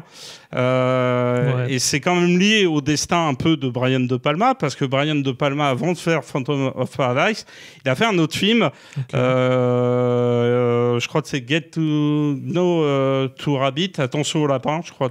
C'est ça le titre français, c'est Attention au lapin. Et c'est un film qui s'est planté. Mais il s'est planté dans ma mémoire aussi parce qu'il a été un peu... il a échappé en fait aux mains de son créateur. Et Brian De Palma arrive derrière et fait ce film sur justement la création et la création qui peut échapper. Et il parle d'un truc qui est encore en cours dans l'industrie du disque et dans l'industrie culturelle de façon générale, c'est de prendre des grandes œuvres qui ont tout du génie et de les tu sais, d'en retirer toute la sève. En fait, le personnage de Swan, à travers le rocker là qui est c'est ça. En fait, il prend des personnages géniaux de base. Il va les récupérer et il va dire moi ton contrat, ça va être de me donner tout ce qui fait de toi génial. Et tu repartiras, tu seras plus rien en fait sans ça. Et des fois, c'est même tu repars en étant mort. Genre, par exemple, le contrat qu'il fait faire à Phoenix dans le film, c'est je veux ta voix.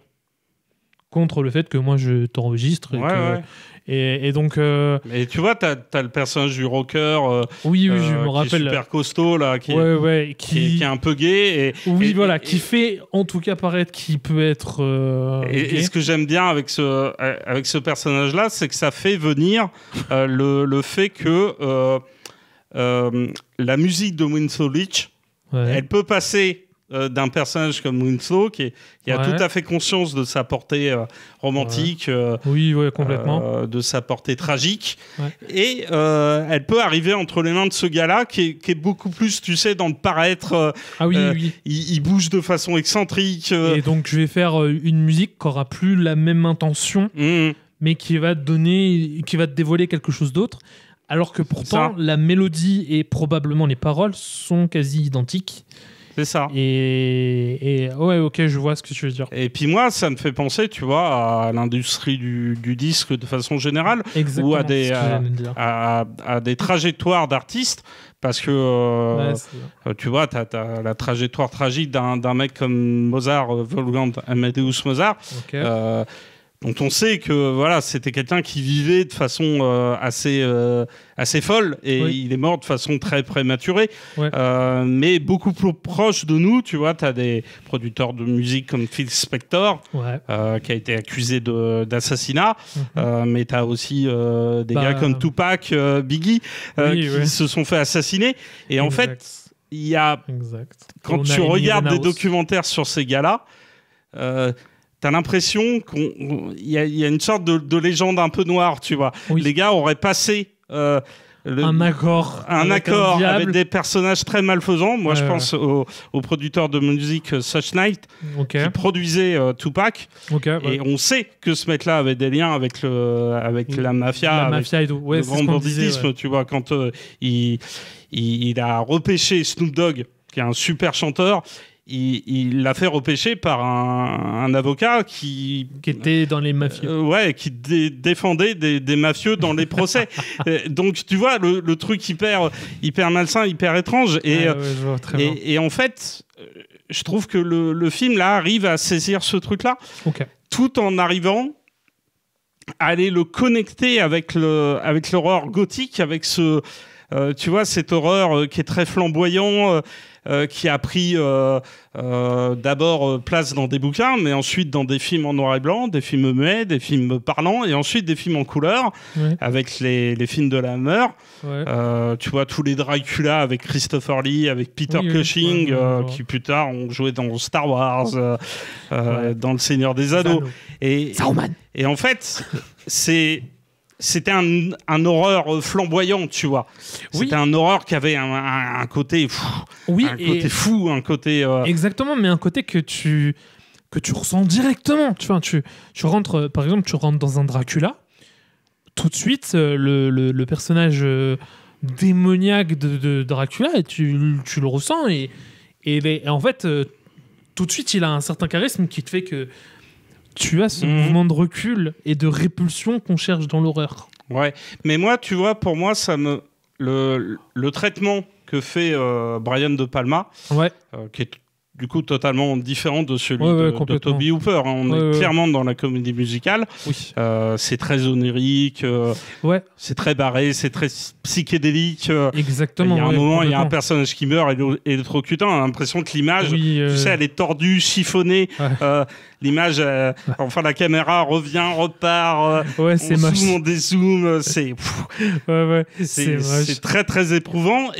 Et moi, ça me fait penser à des films comme ceux de Dario Argento, tu vois. Oui, Suspiria. Voilà, Suspiria. Mais oui. Le grand, le magnifique. Mais oui. Quand j'ai lu tes notes et que j'ai vu que tu en avais parlé, je me suis dit, putain, mais je cherchais un film. Mais oui, c'est ça. Pardon, j'ai dit un gros mot. On en a dit beaucoup tout à l'heure. On mérite... on mérite de se faire fouetter. On ne peut pas parler devant le micro pour dire des gros mots. Voilà, non mais oui, je suis complètement d'accord. Suspiria, c'était exceptionnel, ce film. Il est incroyable, et toutes les nuances de couleurs qui sont mises en avant et tout. Alors, t'as l'impression d'être dans le LSD. T'as l'impression d'avoir pris du LSD. Une petite substance. Bon, ok. Le cinéma, c'est Babylone. Bref, Suspiria, ça parle d'une école de musique qui est gérée par des sorcières. Et il y a une jeune danseuse qui débarque dans cette école de musique. Et va comprendre que c'est géré par des sorcières. Mais ça va générer pour elle un destin d'héroïne de conte de fées, en fait. Exactement, parce que du coup, elle va devoir se battre contre des sorcières qui sont pas vraiment appréciables. Et c'est pas Sabrina l'apprentie sorcière, quoi. Donc, non. C'est très méchant. Il est vraiment excellent. Il est très bien fait. Moi, je l'ai beaucoup aimé. Et le problème, c'est que avec Phantom of Paradise, moi, il y a des trucs qui me sortent, tu vois. Et par exemple, le costume. Il faut en parler. Mais le costume du personnage de Leek, il est presque ridicule. C'est un costume où il est habillé tout en noir en cuir et il a un masque blanc.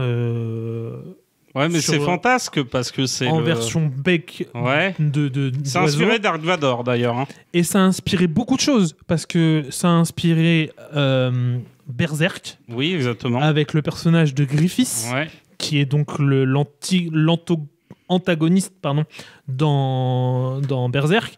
Et pour toutes les personnes qui sont sensibles, ne regardez pas l'animé ni ne lisez le manga parce qu'il est très très violent. Après, pour toutes les personnes qui veulent découvrir quelque chose de bien violent, allez-y, faites-vous plaisir, c'est génial.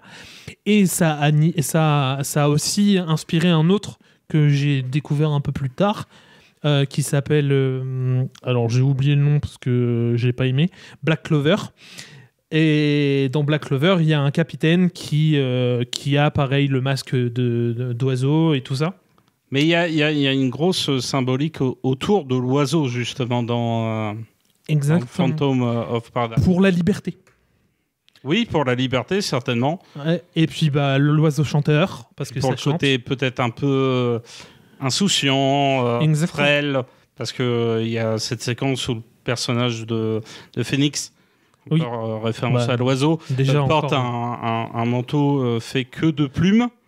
Ah oui, exact. C'est tout à fait incroyable. Et d'ailleurs, Jessica Harper, puisque c'est le nom de l'actrice, jouait dans Suspiria. C'était elle, l'héroïne dans Suspiria. Effectivement. Et c'était elle, cette version un peu, de Blanche-Neige sous coke. Elle était... moi, je trouve... non, mais elle était super bien, tu vois. J'ai essayé de me rattraper sur mon mot un peu tabou. Et toi, tu y vas... Allez, on va parler de poudre.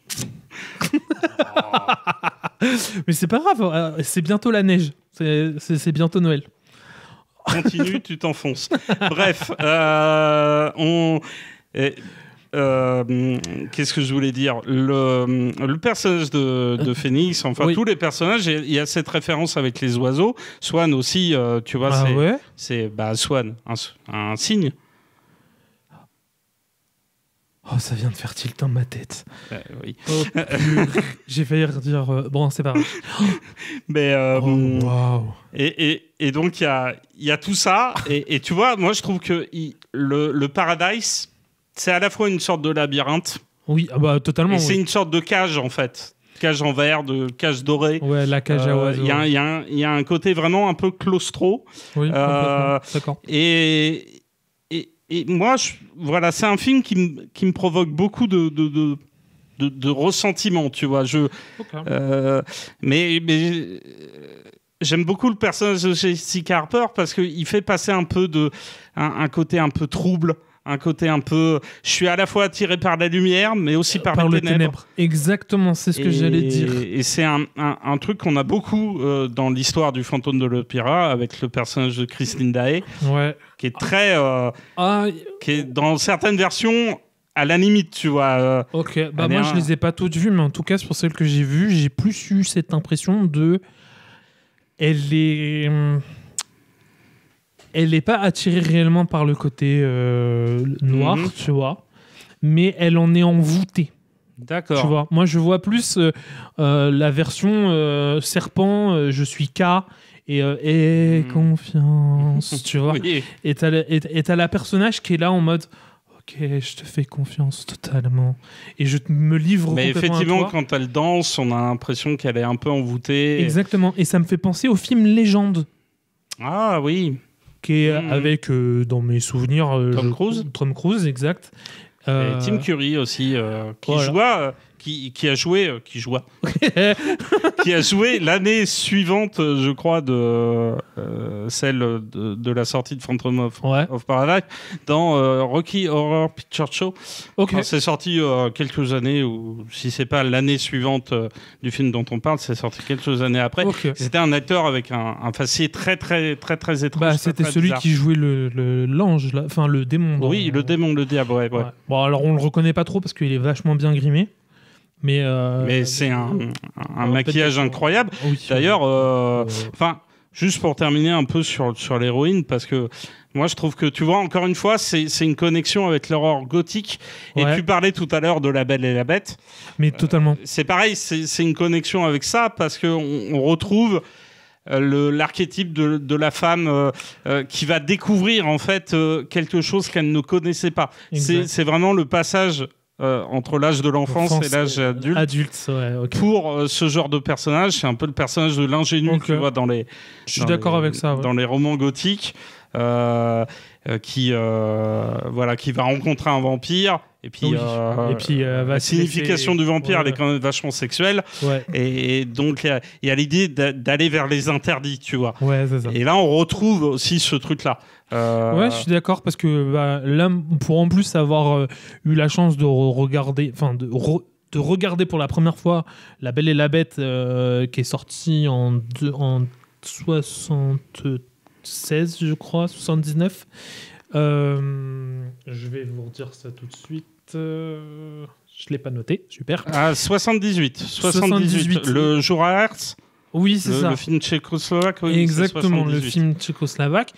C'était très impressionnant parce que déjà, il y avait la bête ressemblait à un oiseau, contrairement à d'habitude où on la voit plutôt en forme... Comme Winslow Leach. Exactement. Sauf que là, c'est un oiseau organique. Exactement. Là, on voit vraiment, on voit ses plumes, on voit son bec, on voit ses serres. Et en fait, c'est très lyrique aussi dans ce film. C'est très lyrique, c'est très humide et poisseux aussi. Oui, complètement. C'est vraiment un univers très sombre. C'est le Moyen-Âge profond. Ce qu'on pourrait s'en faire le plus crade. La vision la plus cauchemardesque qui soit. Ça commence sur un brouillard. Oui, il y a un cheval qui galope un cheval, qui galope. Qui galope. Il va être temps d'aller se coucher, je crois. Qui galope dans la boue. Il y a des gens qui galèrent à se déplacer parce que tout est humide. Enfin, exactement. C'est vraiment quelque chose où tu te dis. En fait, je suis content de vivre dans mon époque moderne parce que l'époque moyenâgeuse, c'était pas tous les jours rose. Les chemins n'étaient pas toujours praticables, mais il fallait les pratiquer avec des kilos et des kilos de chargement parce que t'es un marchand, donc il faut le faire. Et c'était un peu la galère. Et puis là, en plus, il y a du fantasque parce qu'on a une bête incroyable. On a des personnages... mi-humains, mi-pierre, c'est très particulier. En fait, les personnages qui sont... La frontière est assez troublant. Oui, exactement. Là, en fait, les personnages qui sont dans La Belle et la Bête de Disney, qui sont le chandelier et tout le tralala, c'est pas des personnages qui ressemblent à un chandelier, c'est juste un personnage qui est abîmé par une maladie ou par une malédiction. La malédiction, on peut la comparer ici à une maladie, c'est vrai. Exactement, et en fait, ils ont des morceaux de pierre, des déformations sur le corps, et ils se cachent du noir, dans le noir. C'est très bien vu, c'est très bien fait. C'est un espèce de château, il y a un château lugubre. Exact. Il y a aussi tout un discours sur l'emprisonnement. Oui. Plus ou moins la volontaire. version de Belle là, qui s'appelle Julia dans le film, c'est un peu c'est un peu l'innocence qu'on cherche à contenir, et c'est marrant parce que ça nous parle de façon indirecte de l'histoire de la Tchécoslovaquie dans les années 70. Et Jorah Hertz aime bien comparer, on va dire, la bête où ça demeure son château, dans lequel le temps semble s'être arrêté, semble être déréglé, un peu aux pays communistes, quoi, dans lesquels tout était à l'arrêt, tout semblait déréglé quand on voyait de l'intérieur et quand on en avait une vision, la vision très critique qu'on pouvait en avoir par chez nous et très critique que les gens qui le contestaient là-bas en avaient. Et ce qui est intéressant, c'est que ça évoque de façon indirecte d'autres films, parce que ça évoque le Jean Cocteau avec Jean Marais. Le film de 1946 en noir et blanc. Je l'ai pas vu celui-là. Où la version de La Belle et la Bête est beaucoup plus flamboyante. D'accord. On a l'impression de regarder des illustrations dans un livre de contes, des illustrations de Gustave Doré. C'est un truc très très chatoyant. On a l'impression que la lumière, s'infiltre partout. C'est en noir et blanc, mais t'as vraiment cette sensation de la lumière est là, et je vois très bien les images. Je vois très bien les images de percées de lumière entre les trous et tout. Genre, tout à fait. Il y a vraiment cette sensation-là. T'as bien résumé. En n'ayant jamais vu le film, c'est assez chouette. Parce qu'on le voit ailleurs. Et ce qui est très très intéressant, c'est que finalement, Jean Cocteau, lui, il avait fait ça, tu vois, c'est une réponse à la Seconde Guerre mondiale, un conflit qui a tout ravagé, et lui voulait vraiment proposer une vision féerique. La plus totale. Moi, ça me rappelle quand même que, tu vois, tous ces films en noir et blanc, gothique, Le Fantôme de l'Opéra de 1925, notamment avec Lon Chaney.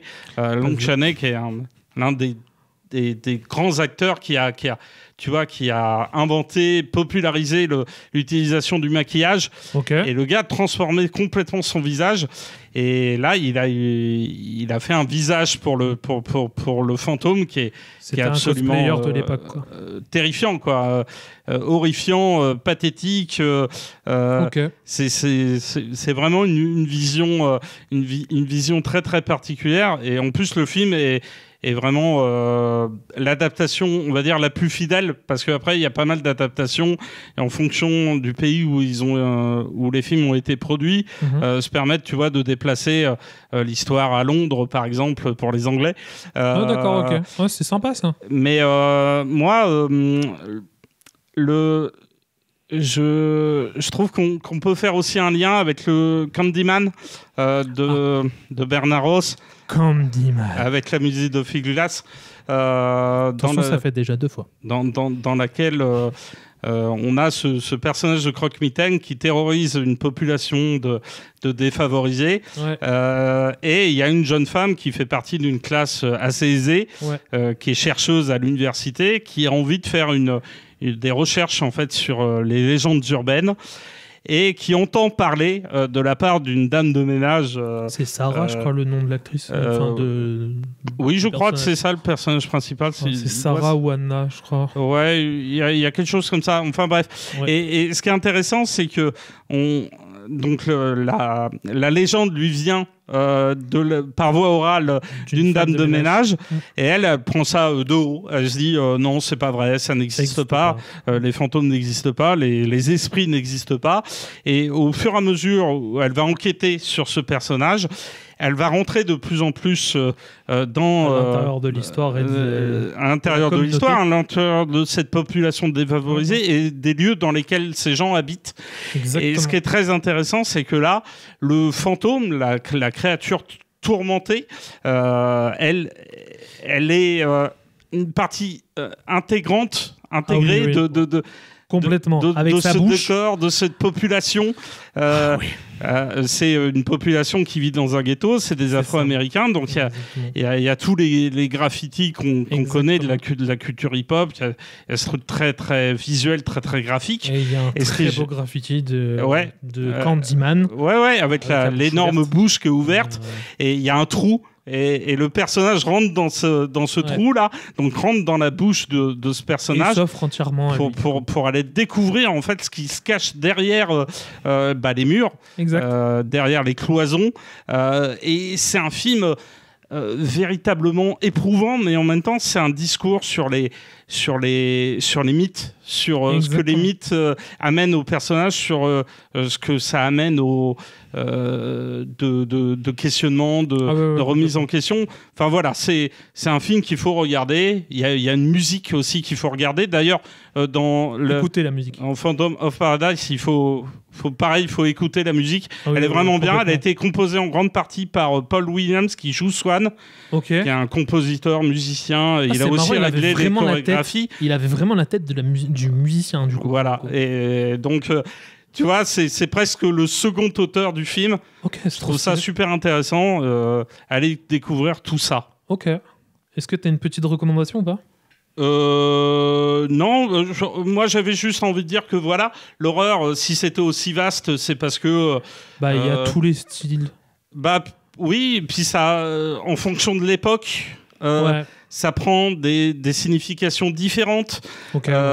C'est vrai que avec Phantom of Paradise, on peut faire une connexion avec l'industrie de la musique comme elle était dans les années 70 ou comme elle est depuis. Et même encore maintenant. Exactement. Mais on peut aussi voir une connexion avec les romans gothiques. Mais avec le Massacre à la tronçonneuse, là, on a la connexion directement avec l'horreur moderne, contemporaine, avec les tueurs en série, les psychopathes, les gens qui, derrière... les murs de leur maison, dans leur intimité, ont complètement perdu les pédales. C'est intéressant de voir en fait ces mythes-là à travers ce prisme réaliste. Ouais, c'est d'accord avec toi.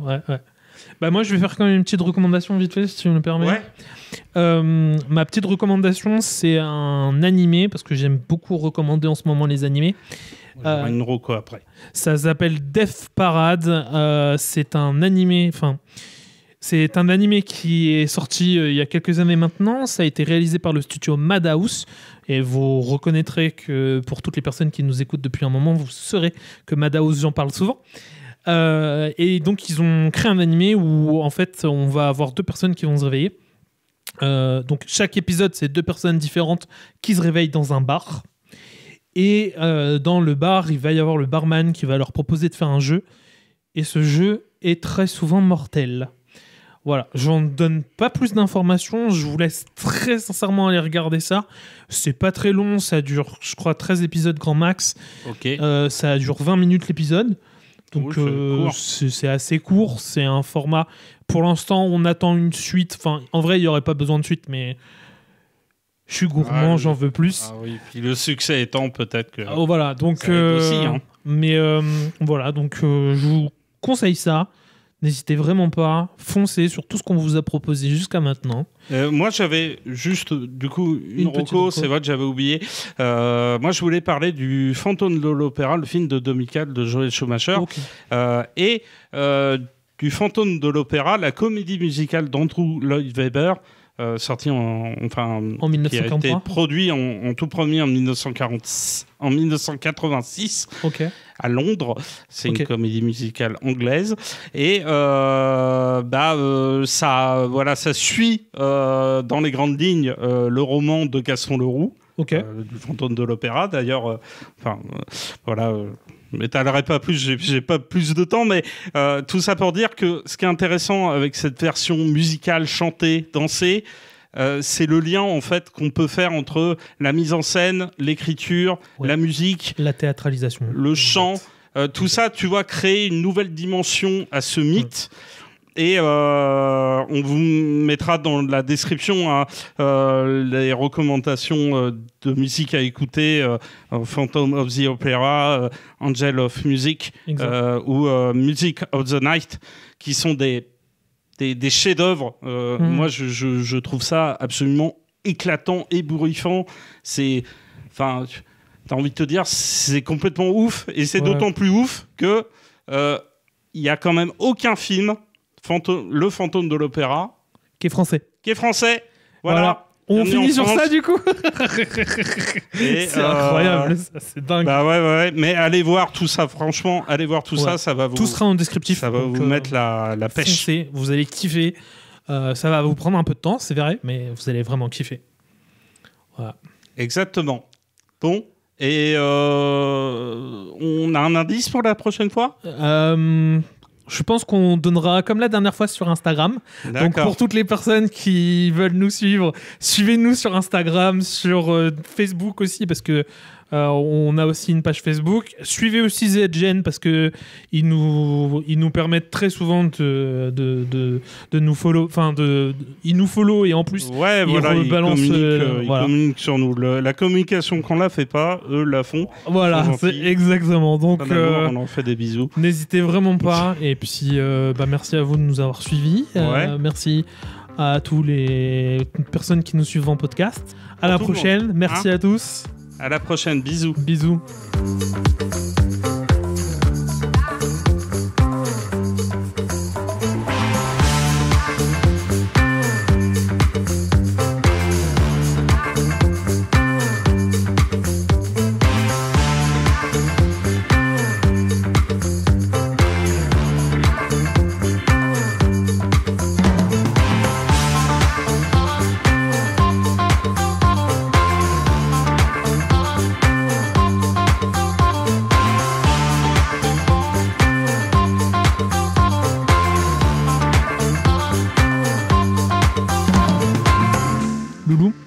Je viens de voir tout à l'heure, il y avait une question de Jojo Cool qui nous demandait c'est quoi ton film d'horreur préféré ? Ah ouais, c'est une bonne idée. Et jeu d'horreur préféré ? J'aime bien me défouler sur des vieux FPS d'un jeu qui s'appelle Dusk. On affronte des membres du Ku Klux Klan, des géants à main tronçonneuse, des épouvantails avec des fusils de chasse. Enfin, c'est gore, c'est violent. Moi, ça me fait plaisir. Je dirais que mon jeu d'horreur préféré, ça resterait Resident Evil, je pense. Et ton film d'horreur préféré ?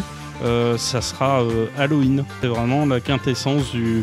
Ça dure 1h30, mais c'est 1h30... La mise en scène arrive à te faire voir de la menace un peu partout, dans tous les coins, voilà. Ouais, et moi du coup je vais dire Alien le 8e passager, parce que Alien c'est génial. Des bisous. Des bisous à tous.